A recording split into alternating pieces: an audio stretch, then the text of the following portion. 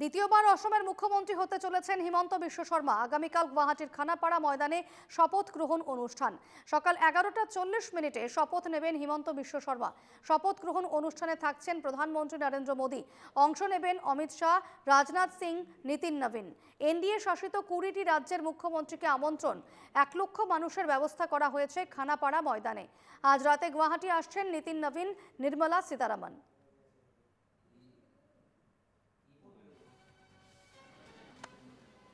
আজিয়ে প্ৰধানমন্ত্ৰী ডাঙৰীয়া আহিব, গৃহমন্ত্ৰী ডাঙৰীয়া, ৰাষ্ট্ৰীয় সভাপতি ডাঙৰীয়া, ৰাজনাথ সিং ডাঙৰীয়া, নিৰ্মলা সীতাৰমণ ডাঙৰীয়ানীকে প্ৰমুখ কৰি তামাম ভাৰতীয় জনতা পাৰ্টীৰ সন্মানীয় জ্যেষ্ঠ নেতা, কেন্দ্ৰীয় মন্ত্ৰী, বহু ৰাজ্যৰ সন্মানীয় মুখ্যমন্ত্ৰী, উপমুখ্যমন্ত্ৰী আজি আহি পাব। নিশা 12 বজালৈকে 1 বজালৈকে তেখেতসকল আজি গুৱাহাটীত পাবহি। কাইলৈ নীতিন গাডকাৰী ডাঙৰীয়া কাইলৈ ৰাতিপুৱা আহিব। এনেকৈ 2-4জন কাইলৈ ৰাতিপুৱা আহিব। বাকি সকলোবিলাক প্ৰায় অলমোষ্ট অল মানে senior leaders of the party and chief minister, deputy chief ministers, union ministers, honourable prime minister, HM, honourable defence minister সকলো আজি আহিব। শপত গ্ৰহণ অনুষ্ঠানত আপোনালোকে জানেই বিভিন্ন ৰাজ্যৰ পৰাতো আহিবই। আৰু ইয়াত কোনো বাৰ নাই, ইয়াত কোনো বিশেষ বহুত পাছৰো ব্যৱস্থা নাই, কেৱল মাত্ৰ সীমিত সংখ্যক পাছৰ ব্যৱস্থা আছে। বাকী সকলো অপেন, সকলোৱে আহিব পাৰে, ইয়াত কোনো কাৰো বাধা নাই। ইতিমধ্যে মুখ্যমন্ত্ৰী হিমন্ত বিশ্ব শৰ্মাক দ্বিতীয়বাৰৰ কাৰণে মুখ্যমন্ত্ৰী হিচাপে ৰাজ্যপালগৰাকীয়ে নিযুক্তি প্ৰদান কৰিছে আৰু সেই দায়িত্ব লাভ কৰা মুখ্যমন্ত্ৰী হিমন্ত বিশ্ব শৰ্মাই মুখ্যমন্ত্ৰী শপত গ্ৰহণ কৰাৰ লগতে মন্ত্ৰীসভাৰ কেইবাগৰাকীও মন্ত্ৰীয়ে শপত গ্ৰহণ কৰিব খানাপাৰাৰ অসম পশু চিকিৎসা মহাবিদ্যালয় খেলপথাৰত। আৰু মোৰ পিছফালে এয়া খেলপথাৰৰ প্ৰৱেশ পথ। নিৰাপত্তাজনিত কাৰণত ভিতৰলৈ কেমেৰা সোমোৱাবলৈ দিয়া হোৱা নাই। কোনো সাধাৰণ লোকে আজিৰ দিনটোৰ পৰাই এই পথেৰে প্ৰৱেশ কৰিব নোৱাৰিব কাইলৈ অনুষ্ঠান আৰম্ভ নোহোৱা পৰ্যন্ত। আৰু আমি দেখুৱাইছোঁ প্ৰধানমন্ত্ৰীৰ লগতে দেশৰ গৃহমন্ত্ৰীগৰাকী আহিব, দেশৰ প্ৰতিৰক্ষা মন্ত্ৰীগৰাকী আহিব, কেইবাগৰাকীও কেন্দ্ৰীয় জ্যেষ্ঠ মন্ত্ৰী উপস্থিত থাকিব, বিজেপিৰ জ্যেষ্ঠ নেতা কেইবাগৰাকী উপস্থিত থাকিব, বিজেপিৰ ৰাষ্ট্ৰীয় সভাপতি নীতিন নবীন উপস্থিত থাকিব। একে সময়তেই বিজেপি আৰু NDA শাসিত মুঠ 21খনকৈ ৰাজ্যৰ মুখ্যমন্ত্ৰী আৰু উপমুখ্যমন্ত্ৰীসকল উপস্থিত থাকিব।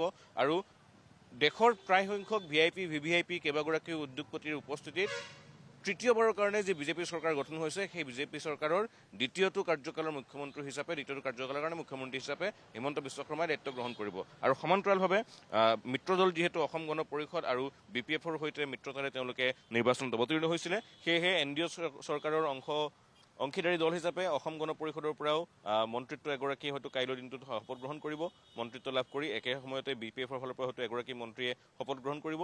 আৰু কেইবাগৰাকীও মন্ত্ৰীক লৈ মুখ্যমন্ত্ৰীগৰাকীয়ে কাইলৈৰ দিনটোৰ পৰাই তেওঁলোকৰ কাম কাজ আৰম্ভ কৰিব।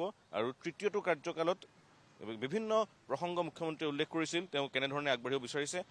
প্ৰথমটো কাৰ্যকাল যি আছিল, সৰ্বানন্দ সোণোৱাল মুখ্যমন্ত্ৰী আছিল, সেই কাৰ্যকালটোক তেওঁ প্ৰস্তুতিৰ 5 বছৰ হিচাপে আখ্যা দিছিল। দ্বিতীয়টো কাৰ্যকাল বিজেপিৰ আছিল, য'ত মুখ্যমন্ত্ৰী হিমন্ত বিশ্ব শৰ্মা হৈছিল, সেই 5টা বছৰক তেওঁ আধাৰশিলাৰ 5 বছৰ বুলি কৈছিল। আৰু এই 5 বছৰৰ যি শাসন আৰম্ভ হৈছে, এই 5 বছৰ হ'ব উদ্বোধনৰ 5 বছৰ। গতিকে আশা যথেষ্ট আছে, প্ৰত্যাশা যথেষ্ট আছে। কাইলৈ দিনটোৰ কাৰণে সকলোৱে অপেক্ষা কৰিছে আৰু সেই কাৰ্যসূচীৰ কাৰণে প্ৰয়োজনীয় যাৱতীয় ব্যৱস্থাসমূহ কৰি তোলা হৈছে। আপতকালীন বিভাগসমূহক ইয়াত সাজু কৰি ৰখা হৈছে, যিহেতু 1.5 লক্ষ লোকৰ সমাগমৰ কথা উল্লেখ কৰা হৈছে, প্ৰসংগ উল্লেখ কৰা হৈছে। সেয়েহে সেই লোকসকলৰ অহা যোৱা কৰিবলৈ APSCৰ সন্মুখৰ এই পথছোৱা মুকলি কৰা হৈছে। একে সময়তেই পশু চিকিৎসা মহাবিদ্যালয় খেলপথাৰৰ যি চাৰিসীমাৰ দেৱাল আছিল, সেই দেৱালসমূহ ইতিমধ্যে ভাঙি দিয়া হৈছে, যাতে পদপথৰ পৰা বা যি মূল পথ আছে সেই মূল পথৰ পৰাও এই শপত গ্ৰহণ অনুষ্ঠান উপভোগ কৰিব পৰা যায়। 1.5 লক্ষ লোকৰ সমাগমেৰে কাইলৈৰ দিনটোৰ পৰা আৰম্ভ হ'ব হিমন্ত বিশ্ব শৰ্মাৰ দ্বিতীয়টো কাৰ্যকাল HBS 2.0। আৰু সেই কাৰ্যকালত ৰাইজক সেৱা কৰিবলৈ শপত গ্ৰহণ কৰিব মুখ্যমন্ত্ৰীগৰাকীয়ে, লগতে শপত গ্ৰহণ কৰিব কেইবাগৰাকীও মন্ত্ৰীয়ে।